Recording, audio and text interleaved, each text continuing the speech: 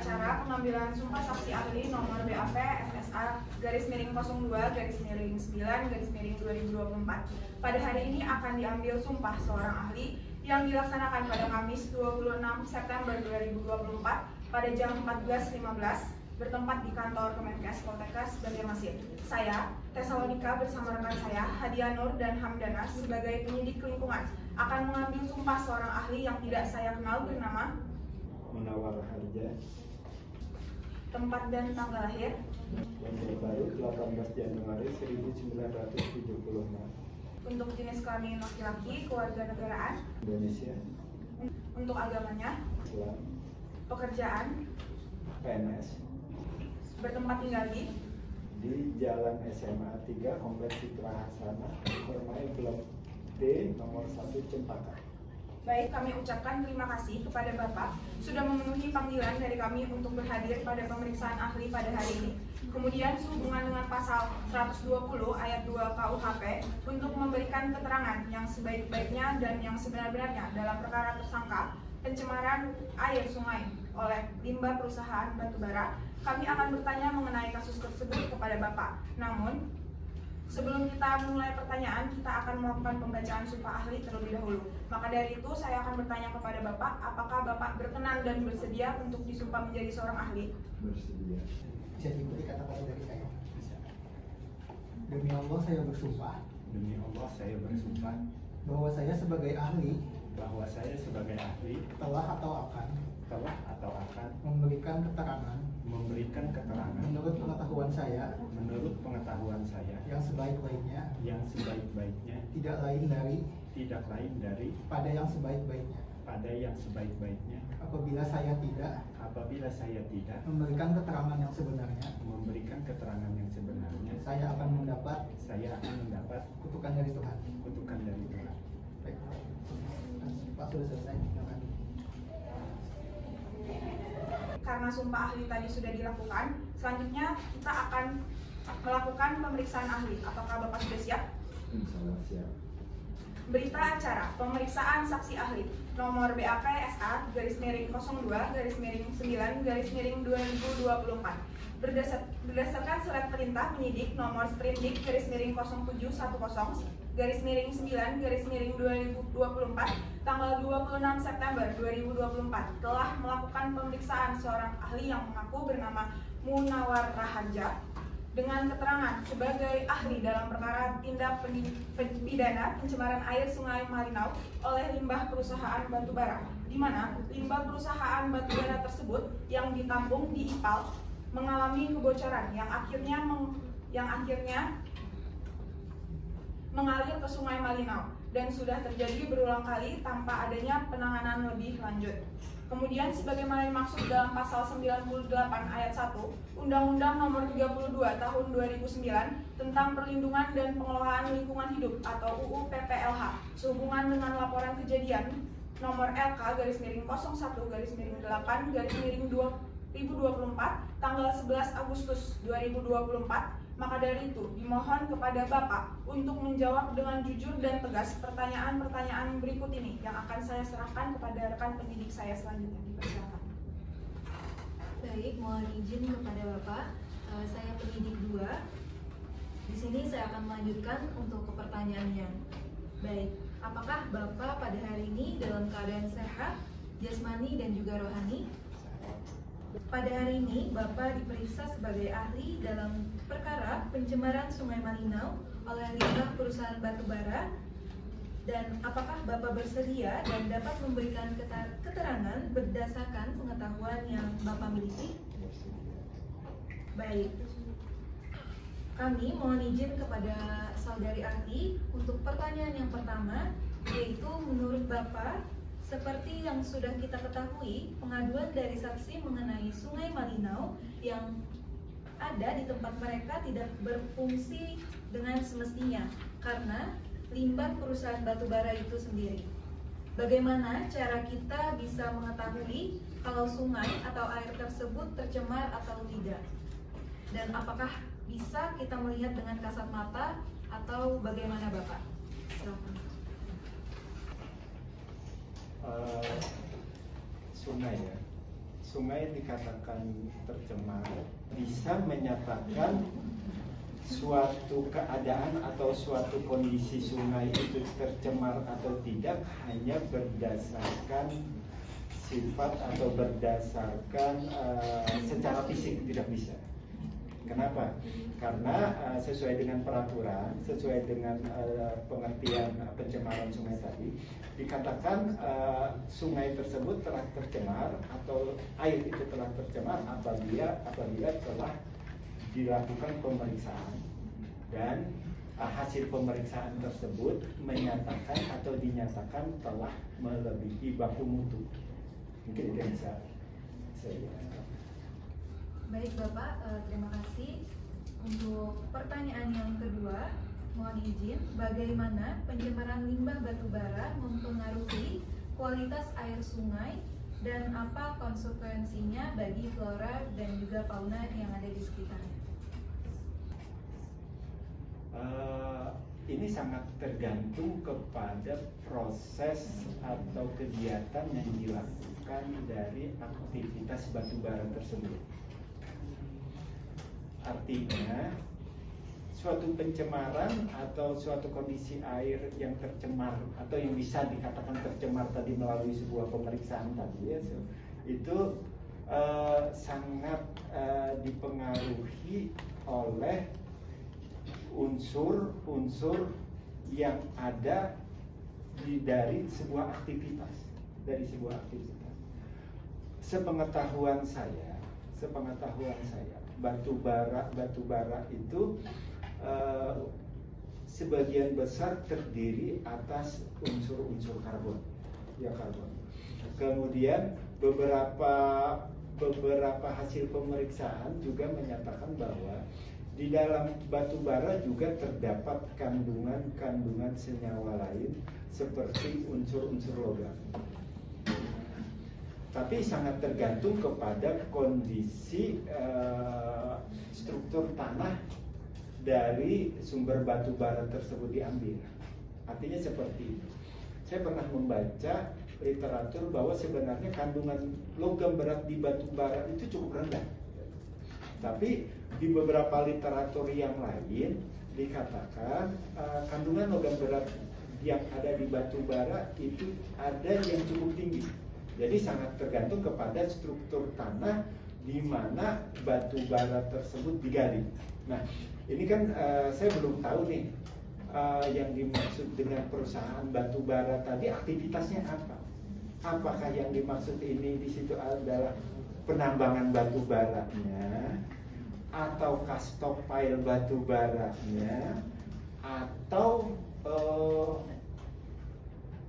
penghancuran batubara untuk dijadikan briket? Saya nggak tahu nih perusahaan tadi bergerak di bidang batubaranya apa gitu. Apakah hanya stockpile penampungan? Apakah di sana adalah penambangan batubaranya? Atau ada proses lain yang dilakukan terhadap batubara tersebut? Nah itu.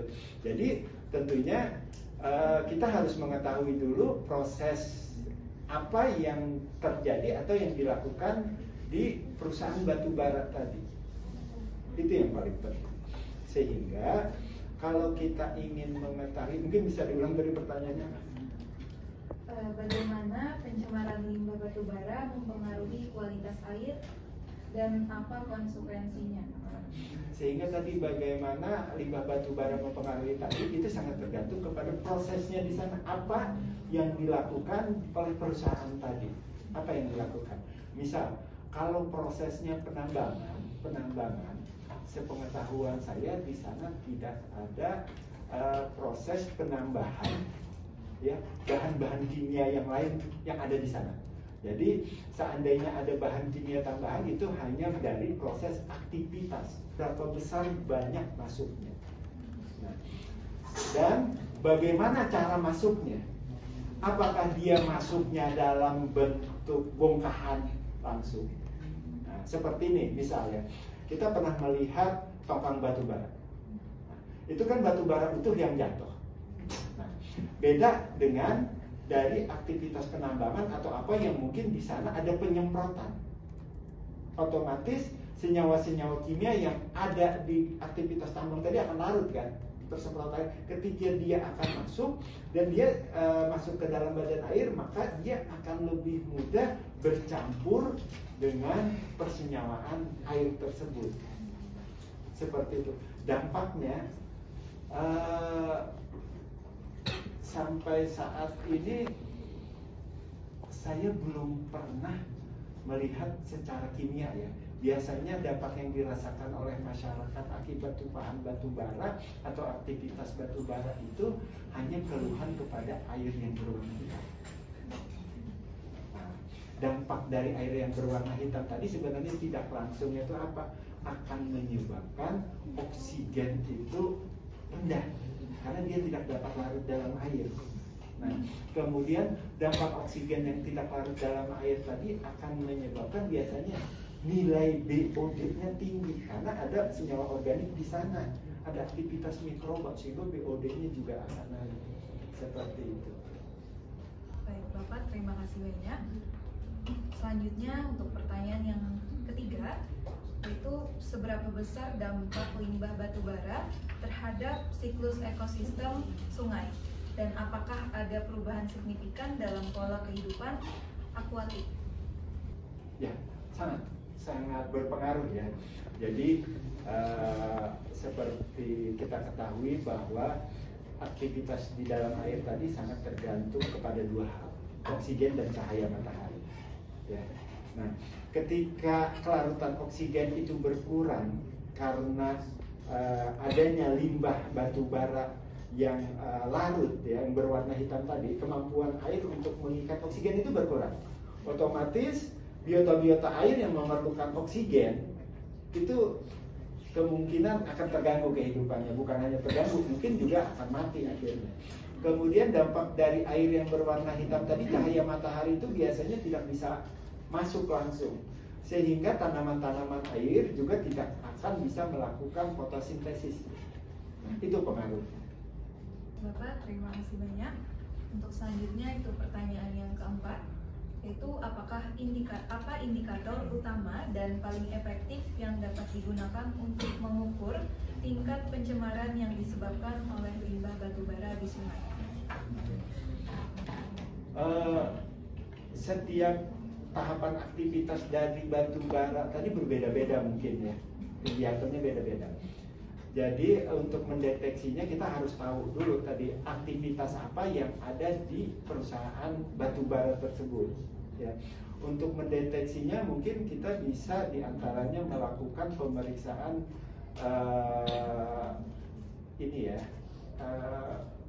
kandungan karbon di dalam air, kemudian juga yang spesifik itu sebenarnya seperti ini, pemeriksaan BOD, COD, logam itu sebenarnya tidak mengkarakteristik terhadap suatu aktivitas, dia tidak bisa mengkarakteristik. Nah, tetapi kita bisa mengkarakteristik ini akibat dari batu bara tersebut apabila kita tahu jenis aktivitas apa yang ada dilakukan di perusahaan tersebut, jenis aktivitasnya, sehingga kita bisa mengetahui nanti ada bahan kimia tambahan atau bahan kimia apa yang hanya bisa dilakukan di perusahaan tersebut atau dilakukan di tahapan aktivitas tersebut, sehingga apabila keberadaannya di air ini bisa disebabkan oleh aktivitas itu. Baik Bapak, terima kasih banyak. Untuk pertanyaan yang kelima, yaitu bagaimana perubahan iklim dapat memperburuk dampak pencemaran sungai oleh limbah batu bara dan apakah ada hubungan yang signifikan antara keduanya? Perubahan iklim, panas, kemudian cuaca, musim hujan ya, perubahan iklim ini sangat berpengaruh terhadap kondisi air ya, kondisi air. Kenapa? Karena perubahan iklim, panas bumi ini tidak hanya mempengaruhi terhadap penguapan air saja, tidak hanya itu, tetapi aktivitas-aktivitas biota yang ada di air juga itu akan berpengaruh. Seperti panasnya permukaan bumi tentu akan mempengaruhi terhadap setiap makhluk hidup yang ada di muka bumi. Aktivitasnya akan terpengaruh. termasuk nanti aktivitas makhluk hidup yang ada di dalam air. Seperti kita ketahui bahwa dalam kegiatan penguraian zat pencemar itu yang paling berperan adalah mikroba.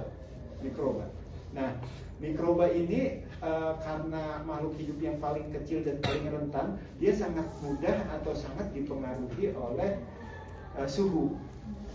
Nah, itu yang sangat penting, sehingga iklim itu sangat berpengaruh. Dan beberapa literatur justru seperti ini, ada hal yang menarik ya. Ketika kita berbicara batu bara ya, bahwa ketika di musim hujan kan terjadi pengenceran ya. Nah, itu dulu orang berasumsi kalau masuknya air hujan ke badan air itu maka zat pencemar akan berkurang.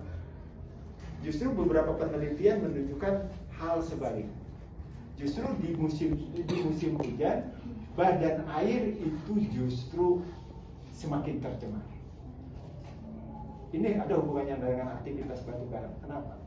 Karena air yang masuk ke sungai itu bukan hanya air yang langsung turun dari langit ke sungai, bukan. Tapi yang mayoritas air yang ada di badan air tadi turun dulu ke atas tanah, teman.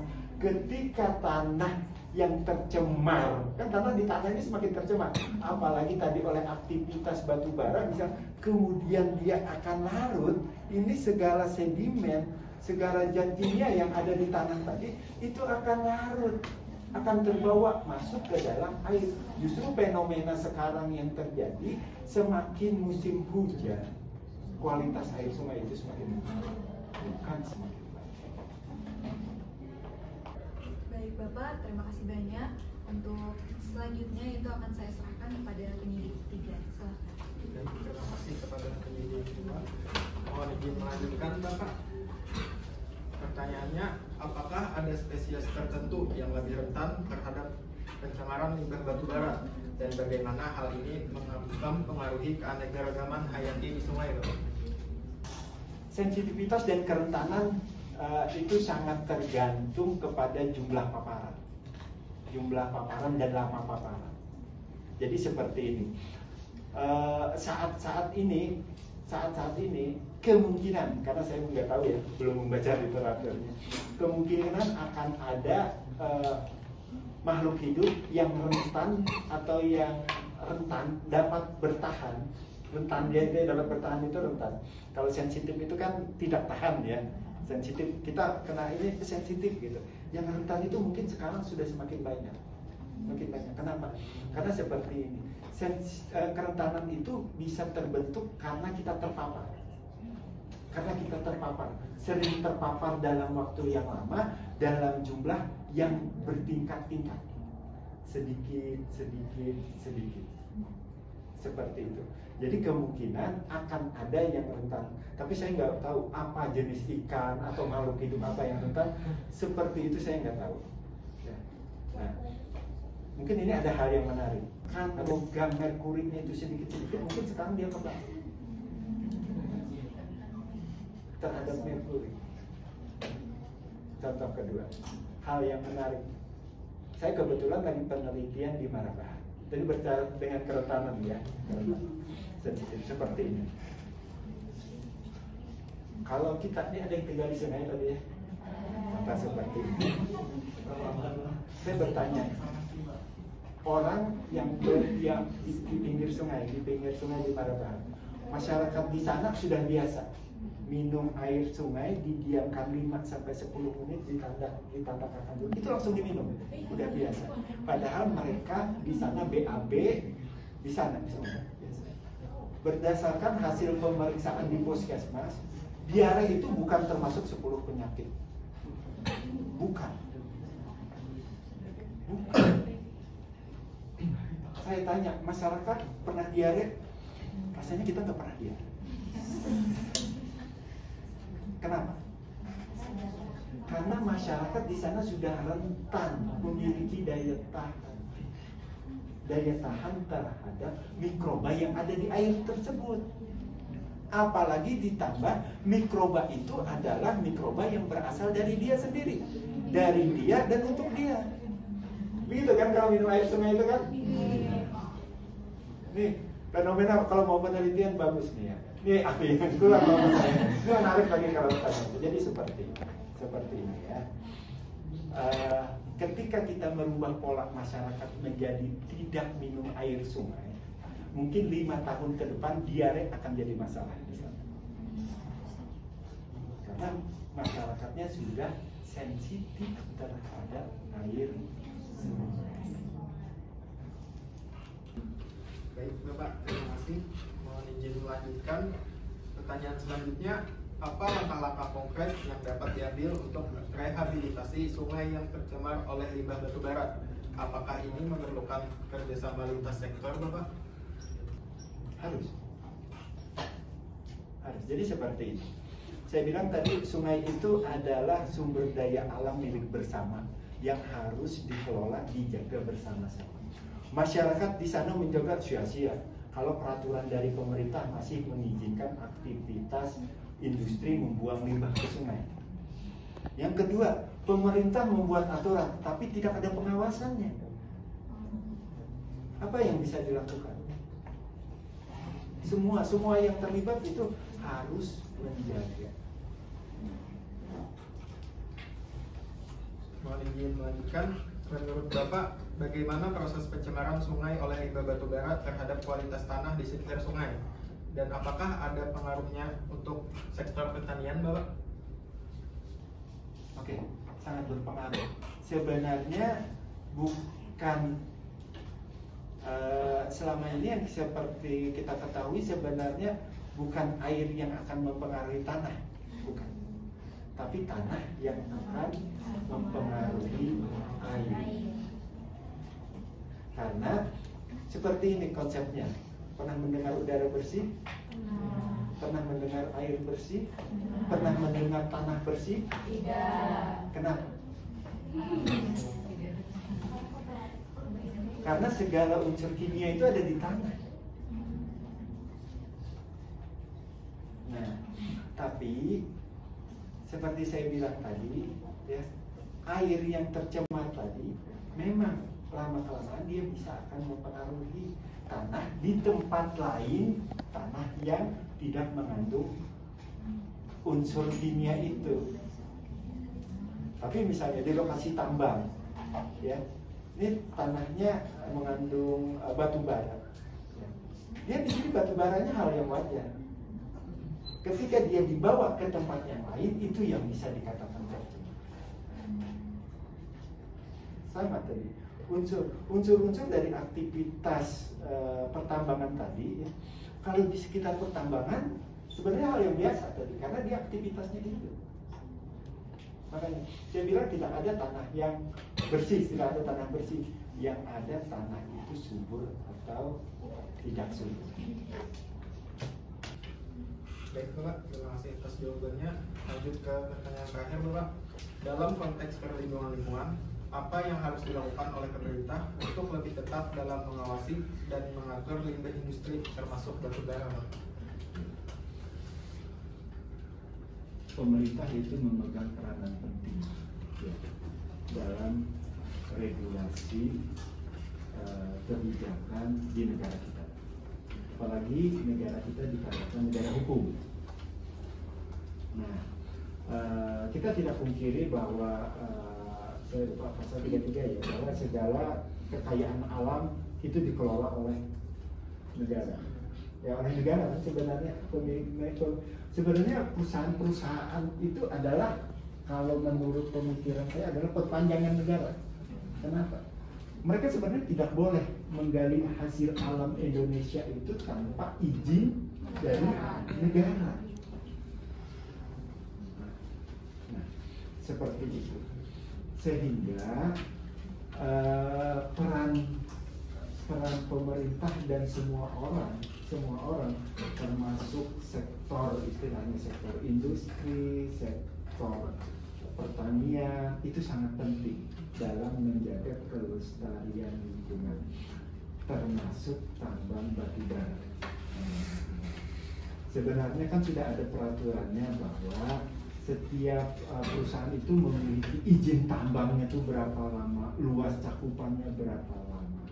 Habis itu jenis batu bara yang boleh ditambang itu dalam kategori yang seperti apa itu kan ada. Nah, itu sebenarnya harus dijaga dan ditekankan seperti itu. Cuma ada hal yang menarik. Dulu waktu saya kuliah tahun 2010 saya belajar tentang hukum lingkungan. Ada hukum lingkungan. Ada sebuah pernyataan yang menarik, Kalau kalian mau tahu, orang yang merusak lingkungan itu adalah orang yang paham dan tahu tentang kondisi lingkungan. Orang yang merusak lingkungan itu adalah orang yang paham dan tahu tentang lingkungan. Itu. Kok bisa gitu? Masyarakat dulu, masyarakat adat, orang yang paham, orang yang pintar nggak tentang lingkungan? Secara ilmu tidak, tapi secara pengalaman. Tapi mereka tidak merusak. Justru sekarang siapa yang merusak lingkungan? Kalau kita mau jujur, sekarang siapa yang mengelola lingkungan? Dinas lingkungan hidup. Nah, yang memberikan izin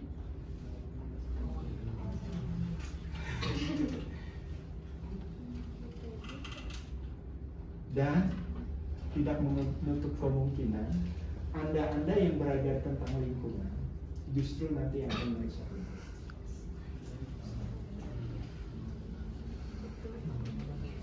Kenapa? Anda sebagai penyidik, ternyata Anda tidak melaporkan hasil yang sebenarnya ketika Anda dikasih uang. Nah, sebenarnya siapa yang harusnya menjaga lingkungan? Penyidik lingkungan tadi kan, Anda menegakkan ini nggak boleh, ini boleh, ini. Ketika Anda yang harusnya tidak boleh menjadi yang merusakkan siapa? Perusahaan kan hanya sekedar alat.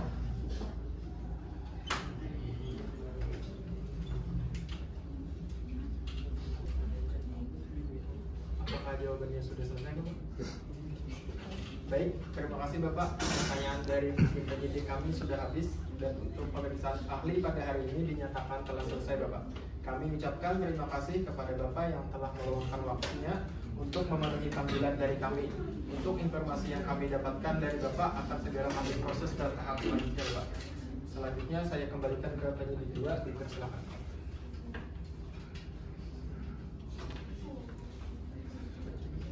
Baik, terima kasih. Untuk berita acara pemeriksaan ini dibuat dan yang diperiksa menyatakan setuju serta membenarkan semua keterangan yang telah diberikan. Kemudian untuk menguatkan keterangan ini, yang diperiksa dapat menandatangani surat berikut ini yang akan diserahkan oleh penyidik.